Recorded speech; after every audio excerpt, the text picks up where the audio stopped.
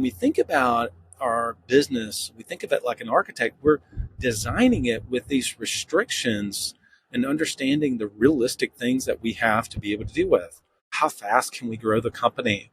What is the profit that we're able to begin to balance? But also, there's somewhat of a timeline.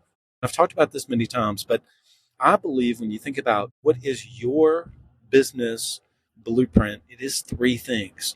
It is your 3-year vision, it is when your 1-year objectives, and then it is your 90-day targets, your 3, 1, 90. What if you could step out of the day-to-day and see your business from a whole new perspective? Welcome to Above the Business, where we empower you to rise above the daily grind and embrace a higher way of business ownership. Get ready to build your business by design. Are you an agency owner looking to better understand your financials and take charge of your tax bill? Well, Club Capital is here to help. As the largest accounting and advisory firm for insurance agency owners in the country, they are way more than your everyday run-of-the-mill CPA. Club Capital provides financial, CFO, and tax advisory services to help you plan and forecast your financial success. You'll meet every month to review your agency's financial performance, the difference between your profit and actual cash flow, along with helping you better understand your bottom line. Visit club.capital to book a solution overview with one of our business consultants. Club Capital, way more than a CPA firm. Hey, everyone. Well, if you have kids, or even if you don't have kids, maybe have grandkids, you know that YouTube is all the rage. My kids are 14 and 10, and they have so many different creators that they love. And truthfully, it's one of my favorite platforms, and actually probably is my favorite platform. I have Auburn football creators that I love to be able to follow, some business creators that I love to be able to follow. I know many of you out there may follow someone like an Alex Hormozy on YouTube, etc. And I even have some travel people that I love to be able to follow. Kara and Nate are fantastic people to be able to follow on YouTube. Well, with our kids, they love a creator named Mark Rober. And if you know Mark, he's an engineer, he used to work at NASA, and now became a creator. And I think he only drops one YouTube video per month. And of course, it gets tens of millions of views. I don't know exactly how many subscribers he has, but I think it's now north of 50 million subscribers. So certainly one of the top 25, maybe 50 YouTube creators in the world. Well, one of the products that he has that he's now been able to monetize his YouTube channel, not just from obviously the videos on YouTube, but now actually having some products, is with his Crunch Labs subscription box. And there's a lot of breakdown that you could do around how he's been able to monetize that by having a subscription, sending out, I think you get 4 boxes a year, started with kids, and now he even has gone more upstream, or I guess adjacent, into another group of people with more complex boxes that even adults can get into. The reason I'm sending this and talking about Mark is because of what's on the side of his boxes. And it says, "Think like an engineer." And I love that because I believe as business owners, we need to think like an architect. What do architects use? They use blueprints. And just like a blueprint is invaluable to an architect, I believe that if we begin to think like an architect in our business, we begin to design things as opposed to allowing them to default, we can be able to go further, faster in our business. Here's the deal. If we think about what does an architect do, they are going to ultimately take the vision that you have. What are some of the things that you're wanting to put into your house? Let's say it's a house. It obviously could be a commercial building, etc. But let's just go with a residential house. Let's say that you wanted to put in a golf simulator, and then you wanted to build the house around that. Obviously, that would certainly be my dream. But what if you wanted to really had a vision in your mind of what you wanted your kitchen to be? Or maybe it's around where your kids are, or where you are with your family. Now, maybe you're empty nesters and you're wanting to begin to downsize, or maybe you're wanting to design that beautiful lake house or beach house that you've always wanted. You go into it with some level of idea of what it is that you want. And then that architect is going to take those ideas and begin to put it together. But they're also realizing that there's probably, number one, some budget constraints. vast majority of people, there are certainly budget constraints. Are we going to be 300,000? Are we going to do half a million? Is this $1 million or multi-million-dollar project? Second constraint is also the land. How big is your lot? Are we talking about we have acres upon acres to be able to deal with here? Or are we talking about we've got a fourth of an acre of land inside of a smaller neighborhood that we're having to put the constraints in? And I think the similarity there is with our businesses. We really have unlimited options, but we bump those unlimited options of things that we could do in our business against limited resources. We only have so much of our time. We only have so many financial resources that we can throw at a problem. We only have capacity within our teams.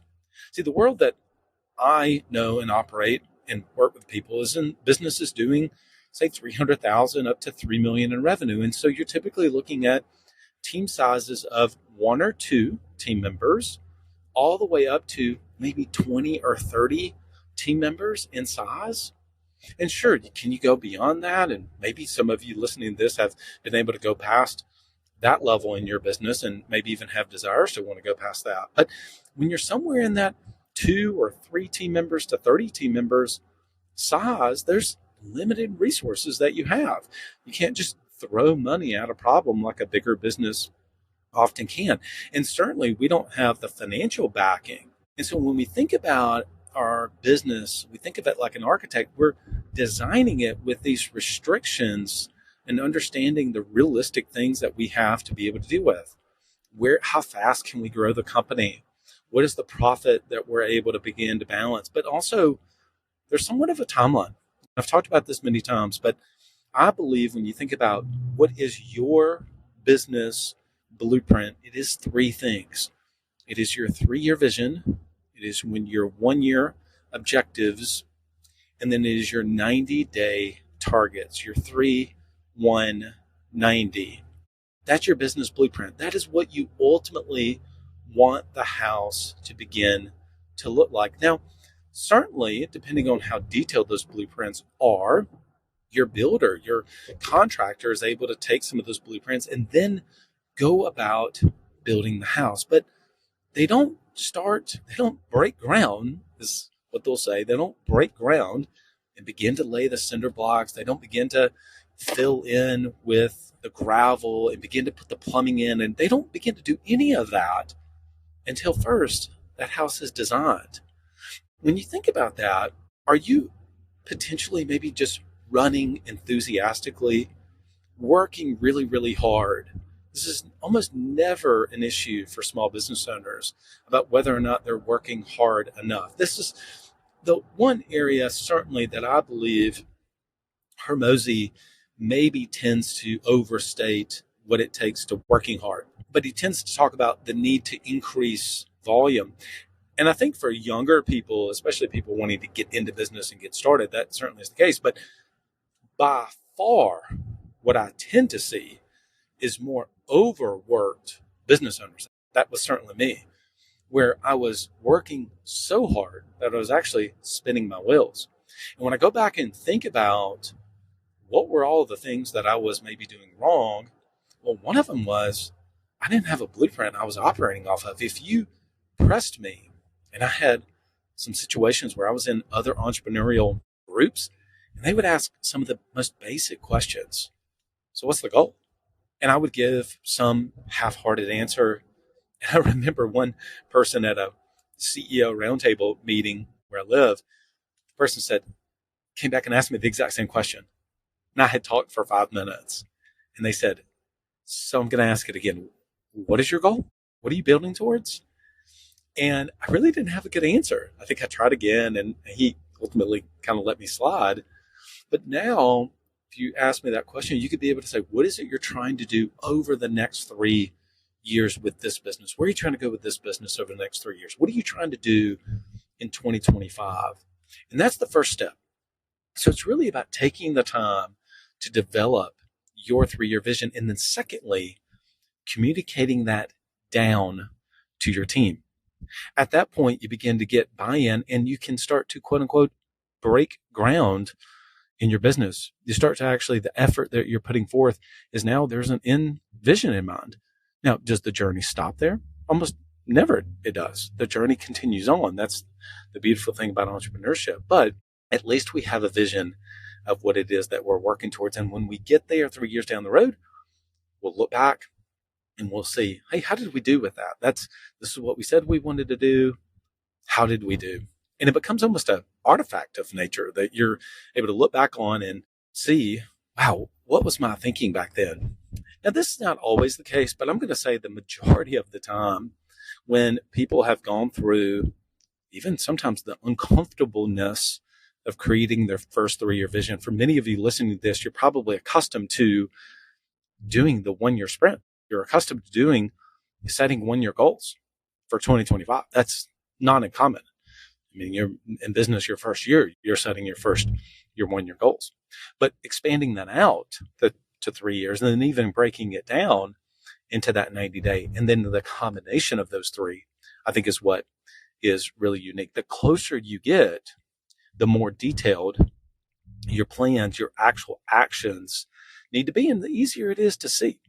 If you started to plan out in January of this quarter and started to look at what do we want to do by the end of March, it's a lot easier to look at that as opposed to what are we trying to do for the next 3 years? And it's difficult to be able to look, but there's still so much value in looking at what do we want this business to look like 3 years from now? And then let's go about building that. So my hope is that today, instead of thinking like an engineer, like a Mark Rober, begin to think like an architect. Begin to design your business for what it is that you want it to be, not just default. All right, everyone.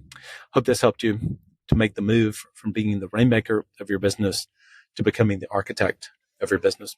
Hey, on my website, I've got a number of free assets that you can go and check out. If you just go to blueprintos.com/assets, we've got some free tools on there. You can obviously check out some of my web classes, et cetera. So just go and check out blueprintos.com/assets. All right, everyone. Until next episode, lead well and go be great. You know how important it is to develop yourself and to develop your team. Well, if you're going to do that, you want to do it with the best. Work with Coach P Consulting to learn and implement the same strategies that he used to sell over 700 life policies in 2021 alone. You'll get personalized coaching 2 times a week and an in-depth look at how his office is run. And Coach P will train your team alongside his own. Get your first month free when you mention the Club Capital Leadership Podcast during sign up. Visit coachpconsulting.com to get started.